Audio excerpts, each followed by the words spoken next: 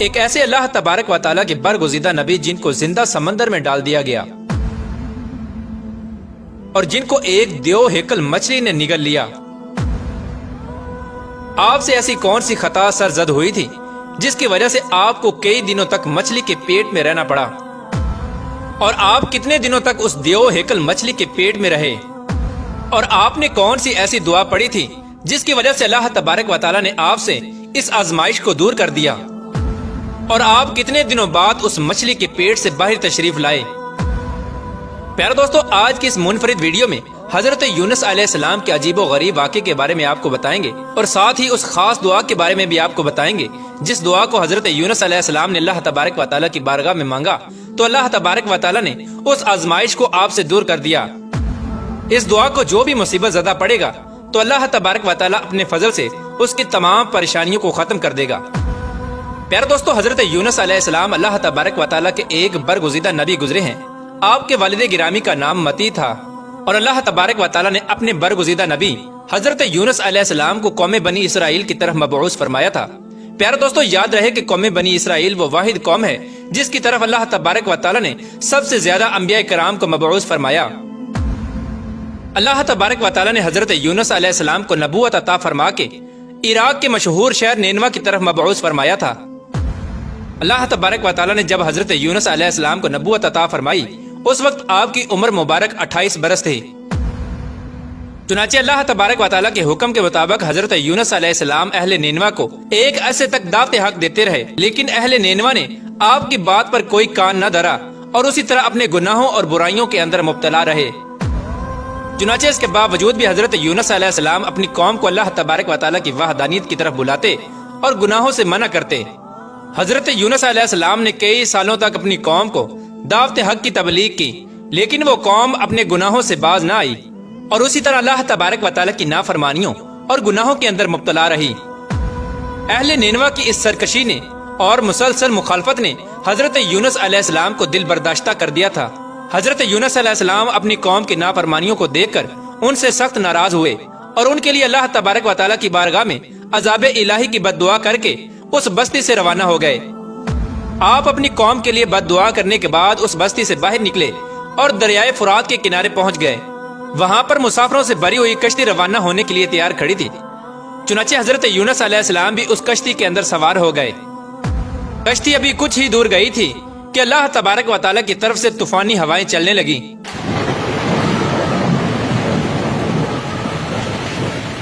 اور ان خوفناک طوفانی ہواؤں کے اندر وہ کشتی ڈگمگانے لگی۔ چنانچہ ان طوفانی ہواؤں کی وجہ سے کشتی کے ڈوبنے کا خطرہ پیدا ہو گیا۔ اس وقت ملاحوں نے اپنے عقیدے کے مطابق کہا کہ معلوم ہوتا ہے کہ اپنے آقا کا بھاگا ہوا کوئی غلام اس کشتی میں سوار ہو گیا ہے۔ جب تک اس غلام کو اس کشتی سے نکالا نہ جائے گا تب تک اس مصیبت سے نجات حاصل نہ ہوگی۔ چنانچہ ملاحوں کی یہ بات سن کر حضرت یونس علیہ السلام کے دل میں یہ خیال آیا کہ میں نے اللہ تبارک و تعالیٰ کی وحی کا انتظار کیے بغیر ہی اپنی قوم کے لیے بد دعا کر کے وہاں سے چلا آیا، اور شاید اللہ تبارک و تعالیٰ کو میرا یہ عمل پسند نہیں آیا، اسی لیے یہ آثار نمودار ہوئے ہیں اور یہ میری آزمائش ہے۔ چنانچہ یہ منظر دیکھ کر حضرت یونس علیہ السلام نے ان ملاحوں سے فرمایا کہ میں ہوں وہ بھاگا ہوا غلام جو اپنے آقا سے بھاگ کر آیا ہے، مجھے کشتی سے پھینک دو تاکہ یہ طوفان رک جائے۔ مگر اس کشتی میں سوار ملاح اور مسافر آپ کو خوب جانتے تھے اور آپ کو نیک انسان سمجھتے تھے۔ وہ لوگ آپ کی شرافت سے خوب متاثر تھے، چنانچہ ان لوگوں نے آپ کو کشتی سے پھینکنے سے انکار کر دیا۔ اس کے بعد پھر یہ طے پایا کہ قرآن دازی کی جائے اور جس کا نام قرہ میں نکلے گا اس کو کشتی سے نکال دیا جائے گا۔ چنانچہ سب کی رائے کے مطابق قرآن دازی کی گئی۔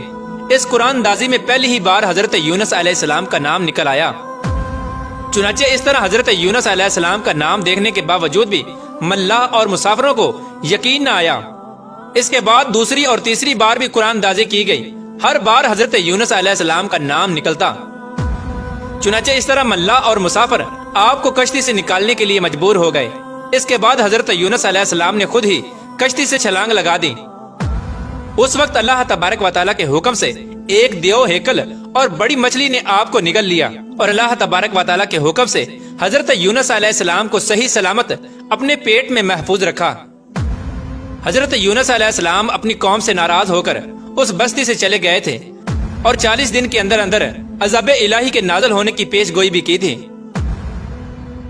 چنانچہ حضرت یونس علیہ السلام نے اللہ تبارک و تعالیٰ کے عذاب کی جو پیش گوئی کی تھی، ان کی قوم کو اس پر یقین نہ آیا۔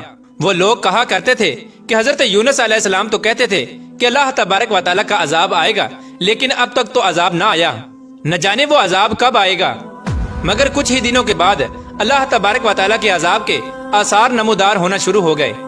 چنانچہ اس طرح عذاب الہی کے آثار کو دیکھ کر وہ لوگ پریشان ہونے لگے اور ایک دوسرے سے کہنے لگے کہ حضرت یونس علیہ السلام کی بات غلط نہ تھی اور آپ واقعی اللہ تبارک و تعالیٰ کے سچے پیغمبر ہیں۔ چنانچہ ان لوگوں نے اللہ تبارک و تعالیٰ کے عذاب کے آثار کو دیکھ کر اللہ تبارک و تعالیٰ کی بارگاہ میں توبہ کی اور اللہ تبارک و تعالیٰ کی وحدانیت پر ایمان لے آئے۔ چنانچہ ان لوگوں نے اللہ تبارک و تعالیٰ کی بارگاہ میں توبہ کی اور اللہ تبارک و تعالیٰ کی وحدانیت پر ایمان لے آئے اور اللہ تبارک و تعالیٰ کی بارگاہ میں اس عذاب کے ٹل جانے کی دعا کرنے لگے۔ اس وقت اللہ تبارک و تعالیٰ نے ان لوگوں کی توبہ کو قبول فرما لیا اور عذاب کو ٹال دیا۔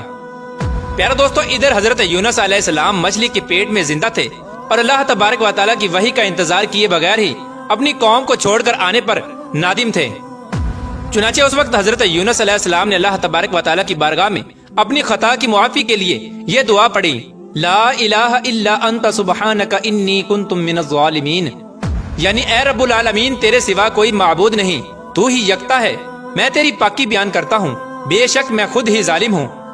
چنانچہ جب اللہ تبارک و تعالیٰ نے حضرت یونس علیہ السلام کی یہ درد بری دعا سنی تو اس دعا کو قبول فرما لیا اور حضرت یونس علیہ السلام سے اس آزمائش کو ختم کر دیا۔ اس وقت اللہ تبارک و تعالیٰ نے مچھلی کو حکم دیا کہ وہ حضرت یونس علیہ السلام کو صحیح سلامت دریا کے کنارے پر ڈال دے۔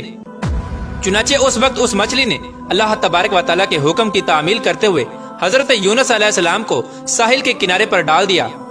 اس طرح حضرت یونس علیہ السلام 40 دن تک مچھلی کے پیٹ میں رہے اور 40 دن کے بعد اللہ تبارک و تعالیٰ نے آپ کی اس دعا کو قبول فرمایا اور اس آزمائش سے آپ کو نجات بخشی۔ جب مچھلی نے حضرت یونس علیہ السلام کو اپنے پیٹ سے باہر نکالا تو حضرت یونس علیہ السلام بہت ہی کمزور حالت میں زمین پر پڑے ہوئے تھے۔ اس وقت اللہ تبارک و تعالیٰ نے حضرت یونس علیہ السلام کے قریب ایک بیل کا درخت اگایا۔ اس درخت کی وجہ سے حضرت یونس علیہ السلام کی حالت بہتر ہوئی تو آپ نے اس درخت کے سائے میں ایک جھونپڑی بنائی اور اس جھونپڑی میں رہنے لگے۔ چنانچہ کچھ عرصے بعد اس بیل کی جڑوں کو کیڑا لگ گیا اور وہ بیل سوکھنے لگیں۔ یہ ماجرا دیکھ کر حضرت یونس علیہ السلام کو بہت دکھ ہوا کیونکہ حضرت یونس علیہ السلام اس بیل سے بہت محبت کرنے لگے تھے۔ اس وقت اللہ تبارک و تعالیٰ نے حضرت یونس علیہ السلام کی طرف وحی نازل فرمائی اور حضرت یونس علیہ السلام کو مخاطب کرتے ہوئے ارشاد فرمایا، اے یونس علیہ السلام، تمہیں اس بیل کے سوکھنے کا بہت دکھ ہوا جو ایک معمولی اور حقیر چیز ہے، لیکن آپ نے اپنی قوم کو چھوڑتے ہوئے یہ نہ سوچا کہ نینوا میں بسنے والے 1 لاکھ سے زائد انسانوں کو اور ان کے علاوہ لاتعداد حیوانوں اور جانوروں کو ہلاک کرنے میں ہمیں ناگواری نہ ہوتی۔ کیا ہم ان کے لیے اس سے بھی زیادہ مہربان نہ ہوتے جتنا تم اس بیل کے لیے مہربان ہو؟ اور آپ علیہ السلام وحی کا انتظار کیے بغیر ہی اپنی قوم کو بد دعا دے کر وہاں سے چلے آئے۔ ایک نبی کی یہ شان نہیں ہے کہ وہ اپنی قوم کے لیے بد دعا کر کے نفرت کی وجہ سے ان سے جدا ہونے میں جلدی کرے اور وحی کا انتظار بھی نہ کرے۔ پھر اس کے بعد اللہ تبارک و تعالیٰ نے حضرت یونس علیہ السلام کو یہ حکم دیا کہ وہ دوبارہ نینوا جائیں اور وہاں پر رہ کر اہل نینوا کو دین کی تبلیغ کریں اور ان کو اللہ تبارک و تعالیٰ کا پیغام پہنچائیں تاکہ اللہ تبارک و تعالیٰ کی کثیر مخلوق حضرت یونس علیہ السلام سے فائدہ حاصل کر سکیں۔ چنانچہ اس وقت حضرت یونس علیہ السلام اللہ تبارک و تعالیٰ کے حکم کے مطابق وادی نینوا میں دوبارہ تشریف لے گئے اور ان کی قوم نے ان کی آمد پر بہت خوشی کا اظہار کیا اور پھر وہ لوگ حضرت یونس علیہ السلام سے دین کی تبلیغ حاصل کرنے لگے۔ اس قوم نے دنیا میں بھی کامیابی حاصل کی اور آخرت میں بھی کامیاب ہوئے اور اس طرح اللہ تبارک و تعالیٰ نے اس قوم کو بخش دیا۔ اللہ تبارک و تعالیٰ سے دعا ہے کہ اللہ تبارک و تعالیٰ ہمیں نیک اعمال کرنے کی توفیق عطا فرمائے اور برے اعمال سے ہمیں نجات عطا فرمائے اور حضور صلی اللہ تعالیٰ علیہ وآلہ وسلم کی محبت کے اندر جینا مرنا